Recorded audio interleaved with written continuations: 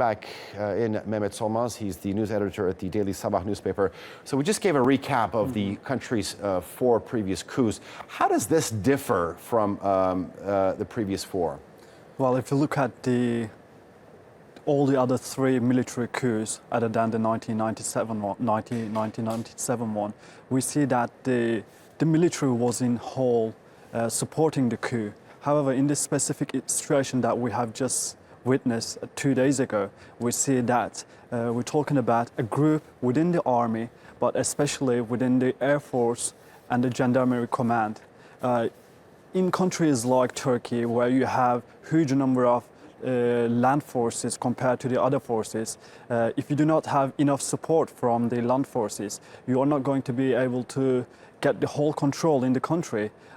These Gulen movement infiltrators did have some sort of power within the Air Forces and Gendarmerie Command. However, their support within the police department was curbed after the operations started about 2 years ago.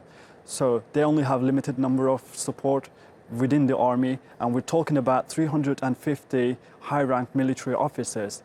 And the top ones who plotted this coup are now in detention. So it is very different than the previous ones.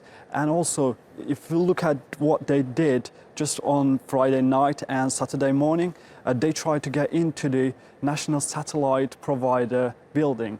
The headquarters in Ankara was attacked by the fighter jets. So what they actually tried to do is turn down all the TV channels, cut down the internet, and try to make some sort of like chaotic atmosphere where people are scared to go out or not able to hear from their political leaders or the people who rule the country.